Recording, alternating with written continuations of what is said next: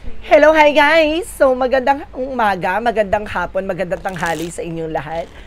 This is Rodriguez, Mama Sagari Channel, a faith healer, also matarder. So, ngayong hapon na to, tigil natin sabihin sa iyo ng ating mga gabay. So, this is a weekly gabay for the month of March 1 hanggang March 7 for the sign of Gemini. So, Gemini, welcome to my channel.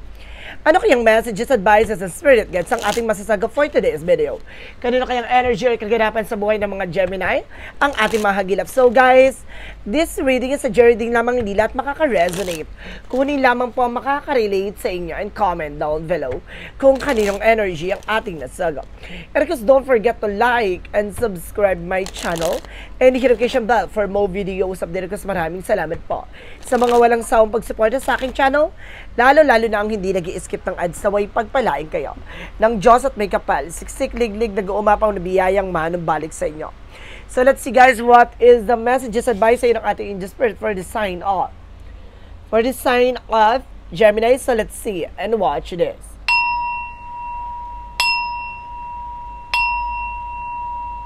Ano kaya kaganapan sa buhay ng mga Gemini ang ating mahagilap? So guys, ito na, tuklasin at bubulabogin natin. Angel Spirit, please give me information po.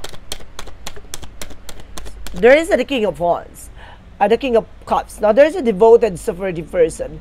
May taong sumusuport at gumagabay sa'yo dito. Na may taong totoong nagmamahal sa'yo dito. Totoo ba? And this is something the Nine of Cups with a wish fulfillment. So may mga bagay na matutupad na. May mga bagay na maisa sa katuparan mo na. May mga bagay na hiniling mo to na maaring matupad na, no?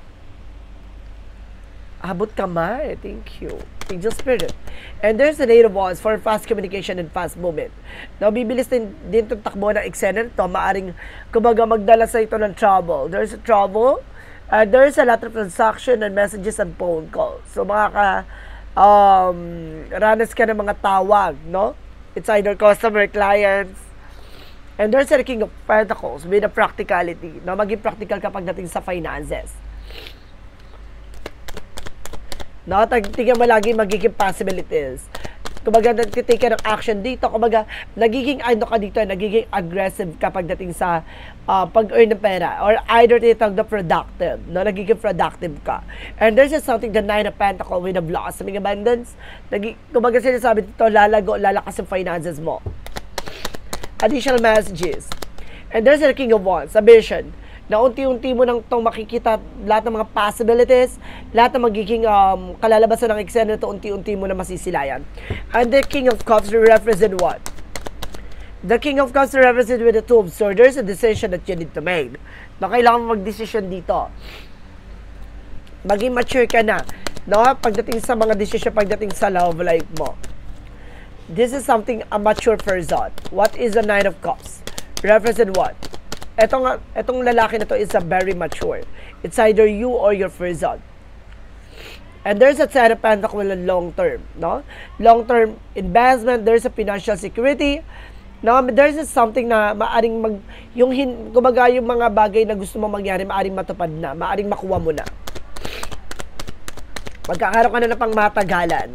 What is the Eight of Wands? Because the Nine of Wands, for slowly but surely. Now, sinasabi dito, huwag ka masyadong magmadali, no? Kumbaga maging makinahon sa pagdidesisyon or paggawa ng eksena na to, unti-unti mo itong makukuha. No? There is a lot of communication and of course some changes. And there's Seven of Swords in reverse. So there's something, no more secrets, no? No more lies. Kumbaga pagdating dito na malalaman mo na kagad kung anong hidden agenda pagdating sa finances. Itong tao na to, kumbaga, ano ba talaga yung gusto niya mangyari, kung ano yung magiging proposal niya. No? Maaring, kumbaga, itong tao na to, maaring gusto niya magkaroon kayong dalawa ng partnership. With the Nine of Pentacles, represent with the Six of Cups. Now, there's something, a past person, no? Na maaring bumalik. There's something, a reconciliation. Or some of you guys, there's a familiarity na maaaring kumbaga magdala sa'yo ng financial windfall. Na maaaring kumbaga yung dati mo ng client, dati mo ng customer, maaaring bumalik. What is the King of Wands? Represent what? Reference with a judgment. This is a wake-up call for you, no? Parang ginigising ka sa katotohanan or parang kailangan mo na mamulat sa katotohanan. No, kailangan mo mag-pay attention sa lahat ng nangyayari sa'yo sa kasalukuyan. Kumbaga, tignan mo lagi magiging possibilities, yung outcome. Parang there's something warning na pinapaalalahanan ka na kailangan mo maging maingat. No? What is the King of Cups? The Two of Swords. Represent with the Emperor. Not just being mature and being grounded. So, kailangan maging mature ka pagdating sa mga desisyon mo sa buhay. What is the Nine of Cups? The Ten of Pentacles. Represent with the King of Swords. Not being wise. Putulin mo yung mga bagay na hindi magsiserve sa'yo. Putulin mo yung mga bagay na makakasira sa mga plano mo. What is the Eight of Wands? The Nine of Wands. Represent with the Devil card. Temptation. No? Mag-ingat ka dito, may mga tukso, may mga kumbaga tututol o hadlang para maging aggressive ka, kumbaga para magkamali ka, ganon. Mag-ingat ka lamang. And there's the King of Pentacles, because the Seven of Swords in reverse. So this is the Nine of Pentacles. Security. Maging secure ka, no? Sa kung ano man yung mga plano mo. Kasi nagiging open up or nagiging transparent ka dito. Kailangan maging ano ka dito muna. Low-key, no? Hindi ka dapat nag-share na kahit anong information. And there's the King of Wands, because there's a Nine of Pentacles, because the Six of Cups, represent the Four of Pentacles, for saving money, protect your power, protect your energy. So, kailangang protection at pangalagaan mo yung meron ka. No? Kumbaga, kung ito ay about sa business, business is business. What is the King of Wands? Because the Judgment. Represent with the Tower moment for a major changes. Malaking pagbabago na magaganap dito, no? Unti-unti mo na ito makikita yung mga changes or possibilities na mangyayari sa buhay mo. Let's see what is the outcome. Ang pinaka-outcome dito is the Lovers. Oh, connected with your love life. And there's a Ten of Swords. Mag-ingat ka, there's something sabotage. Na may sumasabotahe sa'yo dito para, or may sasabotahe sa'yo dito. There is an Ace of Pentacles with a big shit and big money coming in for you. Malaking factor to, guys, ha. Related ang love life and career mo. No? Kaya kailangan mag-ingat ka. No? Kumbaga, may konektado dito ang love life and career. Kailangan mag-ingat ka. There's something as sabotage.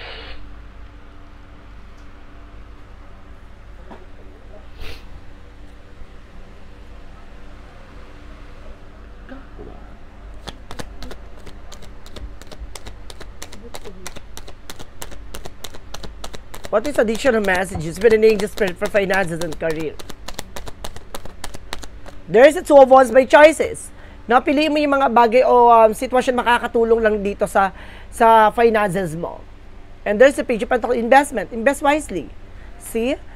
And there's a Death card for an ending and a new beginning. May mga bagay na tatapusin dito. Na may mga bagay na magsisimula na rin ng panibago.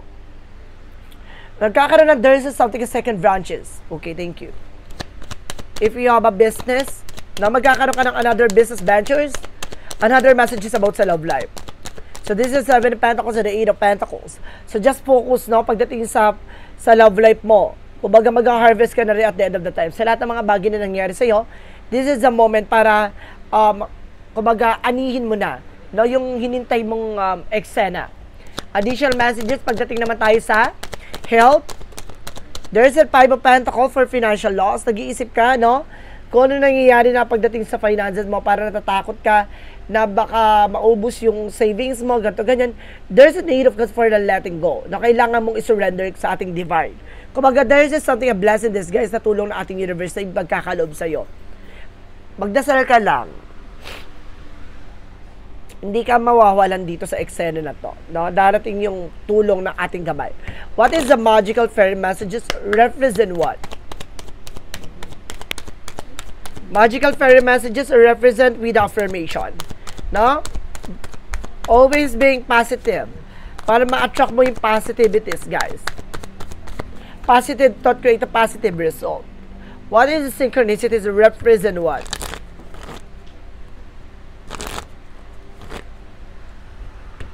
A synchronicities represent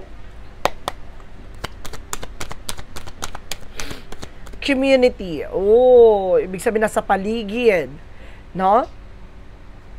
And there's something storm, may unos, may pagsubok. Ibig sabihin maraming mga tumututol dito. There's something toxic environment of toxic family.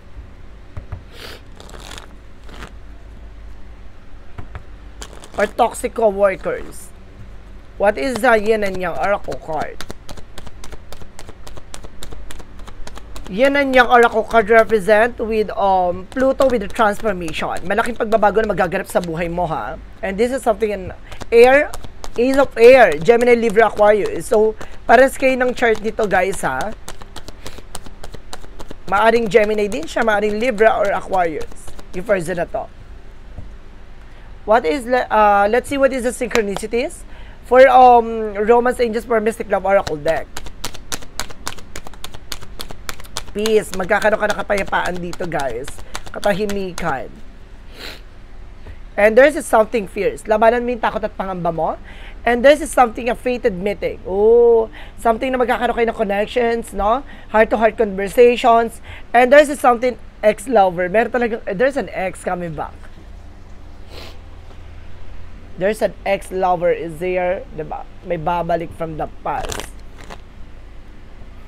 Parang babalik yung pag-ibig or pagmamahal mo dito sa tao na to. What is additional messages with an angel spirit? And there is an abundance, no? Magkakaroon ka na kasaganahan dito, guys, no? Maaring unti-unti nang babalik, no, yung mga dating nawala. And there is something, a death card for an ending and a new beginning, no? May mga bagay na natapos, maaring makapagsimula ng panibagong eksena, ganun. So let's see what is Archangel Michael messages. For Archangel Michael messages for you, represent as the person, okay, the person that you're asking is about trustworthy. No, yung taong kinakausap mo, mapagkakatiwalaan mo naman daw. And of course, energy healing words. So, kailangan mo talaga na i-healing dito, guys. So, and there's something lean on God and angel support. No, ginagawa at sinusuportahan ka ng ating angel spirit. For an angel's answer, represent what? For an angel's answer, represent recovery. Wow. Unti-unti ka na raw makaka-recover dito, guys. And there's something, no, marunong ka dapat humindi, no? Hindi ka dapat nagpapadala ng sitwasyon or dito ng iyong tension. And there's this situation will improve. Unti-unti na raw magbabago ang sitwasyon. What is additional messages with an angel spirit, guys?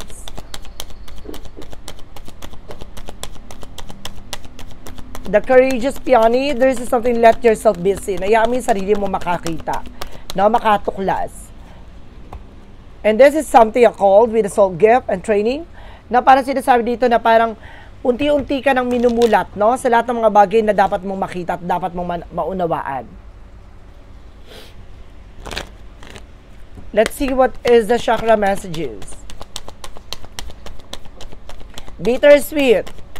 Meron pa itatamis ng tagumpay. Wow. And there's something mysticism. Na may misteryo talaga sa likod nito. Lahat ng mga bagay dito matutuklasan at malalaman mo na. And there's an expansion. Na magdadala sa iyo ng paglawak, ng pag-unlad, ng paglalawig ng kaalaman at sitwasyon. What is the Romance Angels? Represent what?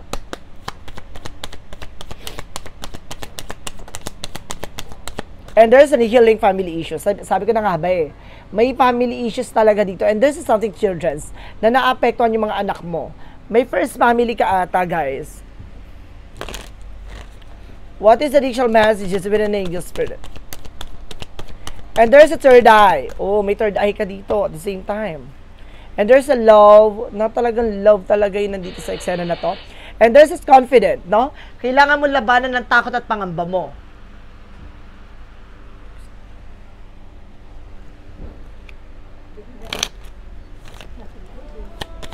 What is Archangel Raphael messages?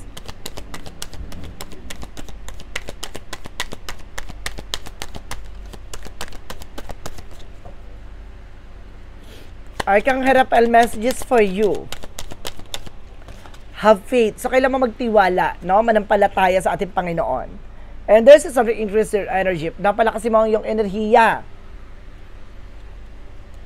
Nang sa ganun makabawi ang iyong lakas. Masyado ka na nadidrain sa lahat na nangyayari. My God. And there is something, a flower. There is something, a blossoming. May paglago talaga. Na maaring bumalik ang sigla, ganda, ng sitwasyon mo. What is the energy? Represent what? Door to the personal healing and happiness. Bukas ang pintuan para sa kagalingan at kaligayahan. There is a first Archangel Michael. Kumbaga nandito sa Archangel Michael para proteksyonan ka. Para pangalagaan ka. What is the Montology? represent what? A time to give rather than take. Na mas magandang ikaw yung nagbibigay ng oras at panahon. Na kaysa ikaw yung humihingi. And this is something, the answer you need is coming. No, kumbaga sinasabi dito, lahat ng mga kasagutan, katanungan mo maaring nandito na. No, nandito na yung hinahanap na kasagutan na gustong-gusto mo malaman. And then, don't let your past hold you back. No, wag mo na balik-balikan na nakaraan. Ibig sabihin dito, there is something, a past person na kami nababalik, pero okay ka na sa situation mo. No? What is the Jesus loving quote said? Ask and shall be given to you, no? Humingi ka ng gabay, kumbaga lumapit ka sa ating Panginoon, ipapagkakaloob niya yung mga bagay na karapat-dapat para sa iyo. What is the angel's number? Represent what? Angel's number represent with 1414 for light up. No, ginigising ka sa katotohanan dito, focus on your needs, desires, and harvest. Everything is more accessible with a light attitude. You will be blessed with new opportunities or a new friend or in addition to your family. Good vibes will speed up to the process. So, bibilis na takbo ng eksena. Maraming dadagdag pa sa sitwasyon at sa iyong pamilya. Kaya maghanda ka, no? Unti-unti ito magbabago at magkakaroon na expansion talaga. What is the messages of life? Represent what? A messages of life represent the path of the light. So, tumaga tinuturo sa iyo na nagandaan patungo sa liwanag. Life places the perfect people and situation on my path to help me advance on my journey of my inner growth. I possess the courage I need to progress despite any obstacle I might meet. I study my experiences, seeking the wisdom they have to offer. In this way, I improve from day to day. Today, I choose to grow in my faith and I am confident that at the end of the road, I will join in the light. So see, kumbaga naman pagsubok na pinagdaanan mo, wag ka mag-alala. No, anumang unos, anumang mga sakuna o anumang mga bagay pangyayari sa buhay mo na nagbigay sa iyo ng kawalan ng kumpiyansa, unti-unti yan yayabong at gaganda ang eksena. So guys, kailangan mo lang magtiwala at maniwala na kumbaga kasama ka sa pag-unlad at makikita mo ang tunay na liwanag. So guys, this is a weekly gabay for the month of March 1 hanggang March 7 for the sign of Gemini. So Gemini, maraming salamat for this wonderful reading. So once again, this reading sa journey namang hindi lahat makaka-resonate. Kunin lamang po makaka-relate sa inyo and comment down below kung kaninong energy ang ating nasagap. Just don't forget to like and subscribe my channel. And notification bell for more videos at update request. Maraming salamat po sa mga walang sawang pagsuporta sa akin channel, lalo-lalo na ang hindi nag-i-skip ng ads. Saway pagpalain kayo ng Diyos at may kapal, siksik, lig-lig, nag-uumapaw na biyayang manumbalik sa inyo. At maraming salamat and see the next video. Bye-bye and babush!